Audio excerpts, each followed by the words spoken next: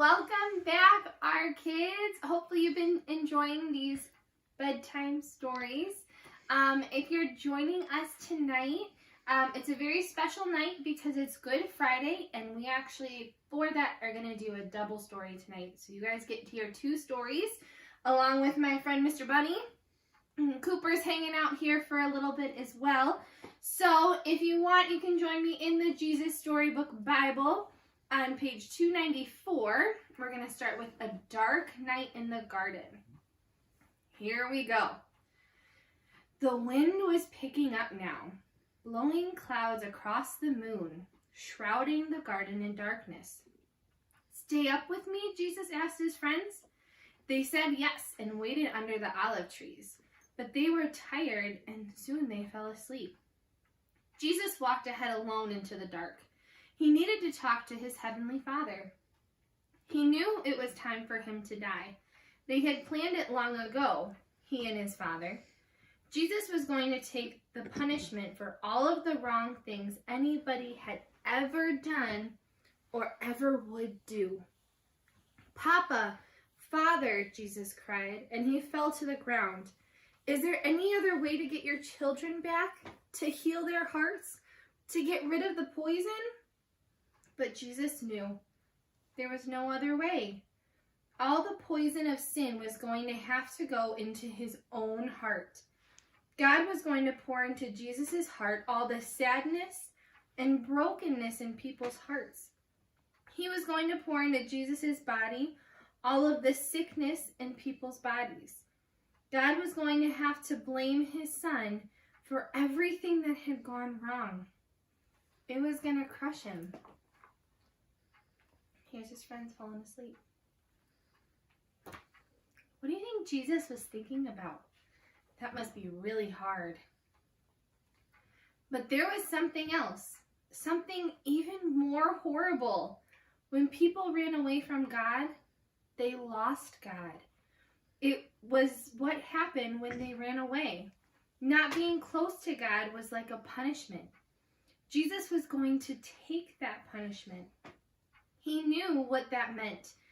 He was going to lose his Father.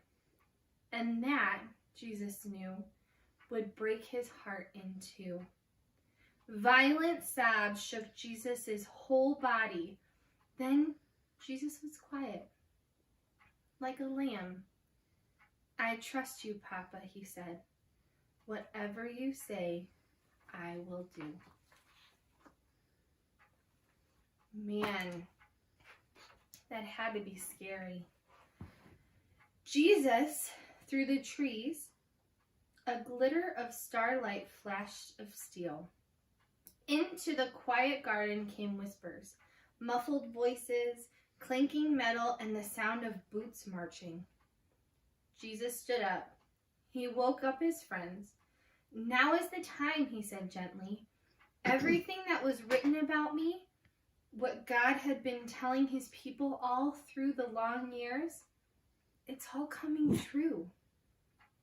And into the night, with burning torches and lanterns, with swords and clubs and armor, they came, an army of soldiers. Judas led them straight to Jesus so they could arrest him. Jesus was waiting. Man, Jesus knew a whole army was coming, and he stood there. Oh, he is one strong man. I don't think I could ever do that. Peter leapt, took a sword, and tried to defend Jesus. He sliced off a guard's ear. Jesus immediately touched the guard and healed him. "Peter," he said, "this is not the way." Peter didn't realize that no army, no matter how big, could ever arrest Jesus. Not unless Jesus led them. Then, Jesus, who had never done anything except love people, was arrested, as if he were a criminal. Jesus' friends were afraid, so they ran away and hid in the dark shadows. The guard marched Jesus off and took him to the leaders. The leaders put Jesus on trial. "Are you the Son of God?" they asked. "I am," Jesus said. "Who do you think you are to call yourself God? You must die for calling yourself the Son of God." Only the Romans were allowed to kill prisoners, so the leaders made a plan. "We'll tell the Romans this man wants to be our king, and they will crucify him." But it would be all right, because this was God's plan. "It was for this reason that I was born into the world," Jesus said.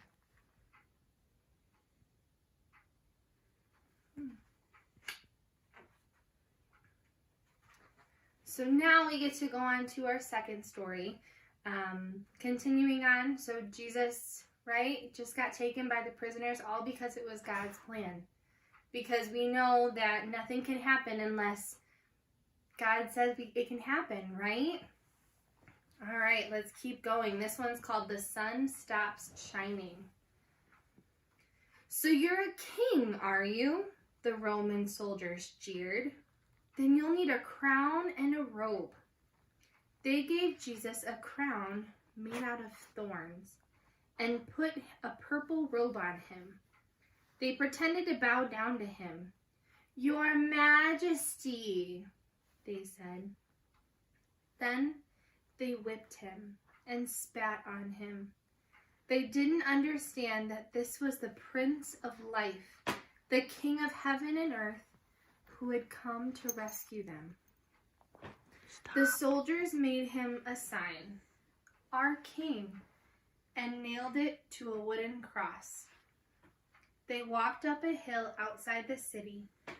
Jesus carried the cross on his back.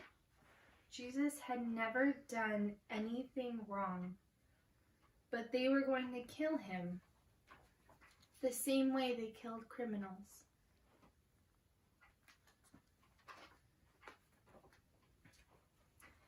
They nailed Jesus to the cross. "Father, forgive them," Jesus gasped. "They don't understand what they're doing." "You say you've come to rescue us," people shouted, "but you can't even rescue yourself." But they were wrong. Jesus would have rescued himself. A legion of angels would have flown to his side if he had called. "If you were really the Son of God, you could just climb down off that cross," they said. And of course, they were right. Jesus could have climbed down. Actually, he could have just said a word and made all of it stop. Like when he healed that little girl and stilled the storm and fed 5,000 people. But Jesus stayed. You see, they didn't understand. It wasn't the nails that kept Jesus there. It was love. "Papa," Jesus cried, frantically searching in the sky. "Papa, where are you? Don't leave me." And for the first time, and the last, when he spoke, nothing happened. Just a horrible, endless silence. God didn't answer. He turned away from his boy. Tears rolled down Jesus' face, the face of the one who would wipe away every tear from every eye. Even though it was midday, a dreadful darkness covered the face of the world.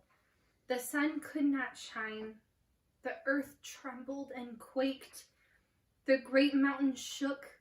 Rocks split in two, until it seemed that the whole world would break, that creation itself would tear apart. The full force of the storm of God's fierce anger at sin was coming down on his own Son. Instead of his people, it was the only way God could destroy sin and not destroy his children whose hearts were filled with sin. Then Jesus shouted in a loud voice, "It is finished." And it was. He had done it. Jesus had rescued the whole world. "Father," Jesus cried, "I give you my life." And with a great sigh, he let himself die. Strange clouds and shadows filled the sky. purple, orange, black, like a bruise.